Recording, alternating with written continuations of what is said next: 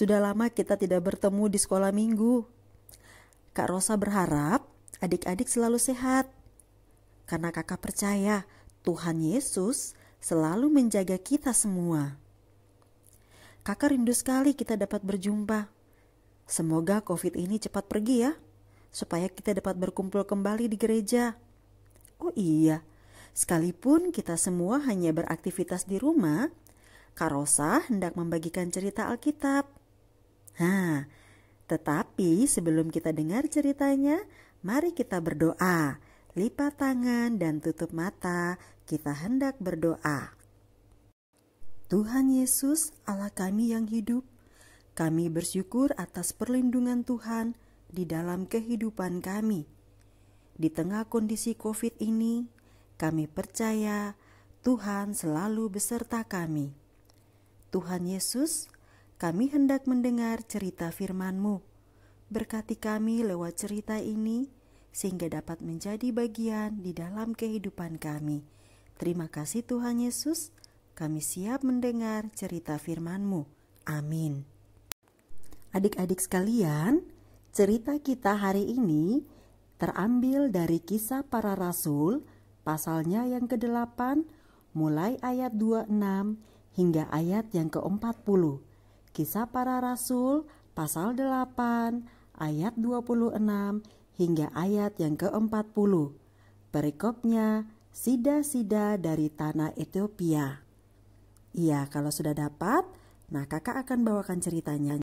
Pada suatu ketika, seorang malaikat menampakkan diri kepada Filipus. Ia membawa pesan dari Tuhan kepada Filipus agar Filipus pergi ke sebelah selatan kota Yerusalem, yaitu jalan dari kota Yerusalem menuju ke kota Gaza. Setelah mendengar pesan melalui malaikat, Filipus pun segera melakukan apa yang diperintahkan Tuhan tanpa banyak bertanya apalagi membantah. Di tempat yang Tuhan perintahkan kepada Filipus itu, Filipus bertemu dengan seorang Ethiopia yang adalah seorang sida-sida, pembesar dan kepala perbendaharaan Sri Kandake, Ratu Negeri Ethiopia. Orang itu baru pulang dari Yerusalem untuk beribadah. Sambil duduk di atas keretanya, orang itu membaca kitab Nabi Yesaya. Lalu kata Roh kepada Filipus, "Pergilah ke situ dan dekatilah kereta itu." Ya adik-adik, Filipus segera mendekati sida-sida itu dan bertanya, "Mengertikah Tuan apa yang Tuan baca itu?" Sida-sida itu menjawab, "Bagaimanakah aku dapat mengerti kalau tidak ada yang membimbing aku?" Lalu ia meminta Filipus naik dan duduk di sampingnya. Kemudian sambil melanjutkan perjalanan, Filipus pun mengajarkan kepadanya tentang Tuhan Yesus. Nah, dalam perjalanan mereka tiba di suatu tempat yang ada air. Lalu sida-sida menanyakan kepada Filipus apakah ia boleh dibaptis. Filipus menjawab, jika sida-sida itu percaya kepada Tuhan Yesus, maka tentu saja ia boleh dibaptis. Dan sida-sida itu menjawab bahwa ia percaya bahwa Tuhan Yesus adalah anak Allah. Orang Ethiopia itu menyuruh menghentikan kereta, lalu keduanya turun ke dalam air dan Filipus membaptis dia. Setelah mereka keluar dari air, Roh Tuhan tiba-tiba melarikan Filipus dan sida-sida itu tidak melihatnya lagi. Namun ia meneruskan perjalanannya dengan sukacita karena telah menerima Tuhan Yesus dalam hidupnya. Filipus dibawa oleh Roh Tuhan ke Asdod dan mulai dari daerah itu ia memberitakan Injil di semua kota sampai ia tiba di Kaisarea. Adik-adik, dalam cerita ini kita tahu bagaimana Filipus yang begitu mendengar perintah Tuhan, Filipus segera melakukannya dengan menemui orang Ethiopia dengan tuntunan Roh Kudus. Siapa yang pernah mendapatkan perintah? Perintah itu adalah tugas dan harus kita lakukan. Filipus melakukan tugasnya dengan baik sebagai orang percaya yang telah menerima anugerah dari Tuhan.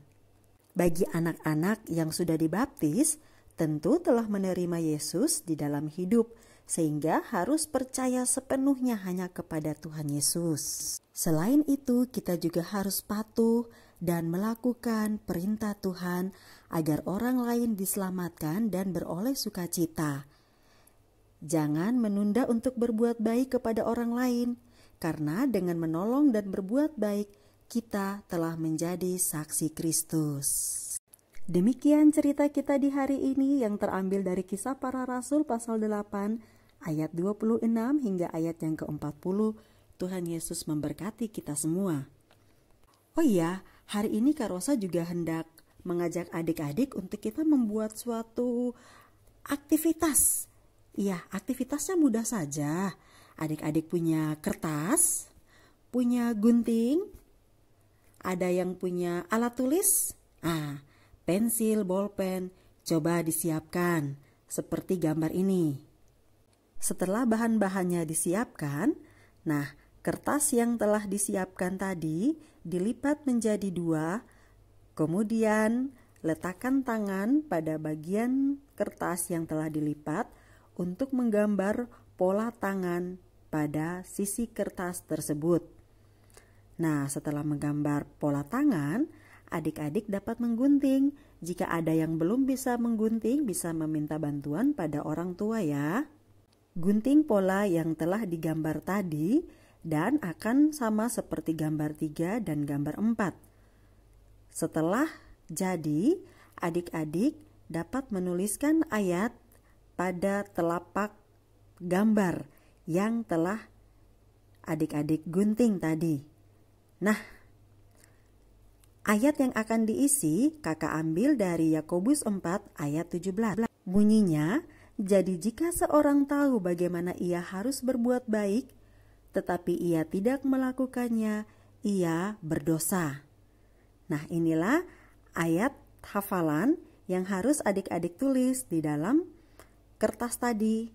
Silakan adik-adik hias sekreatif mungkin dan dapat ditempatkan di dalam rumah. Demikian cerita kita hari ini. Sebelum berakhir, Kak Rosa mengajak kita kembali berdoa. Ambil sikap yang terbaik, lipat tangan, dan tutup mata. Kita berdoa. Tuhan Yesus, terima kasih atas penyertaan-Mu melalui cerita di hari ini. Kami bersyukur boleh mendengar dan merenungkan bagian dari firman-Mu. Kami butuh hikmat-Mu agar dapat melakukannya di dalam kehidupan kami. Ya Tuhan, hamba mohon berkati setiap anak-anak, kesehatan anak-anak, pertumbuhan mereka. Kiranya Tuhan terus pelihara kehidupan anak-anak.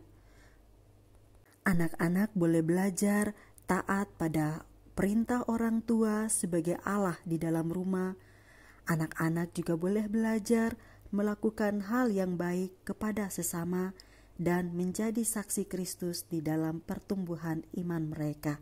Terima kasih Tuhan Yesus. Hanya di dalam nama Yesus kami berdoa dan mengucap syukur. Amin.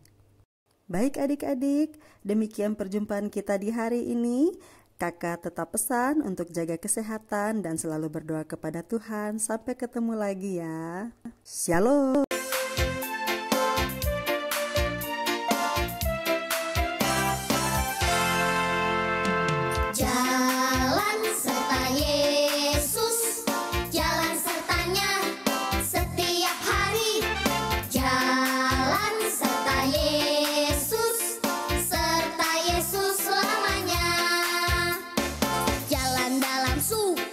Jalan dalam duka, jalan sertanya, setia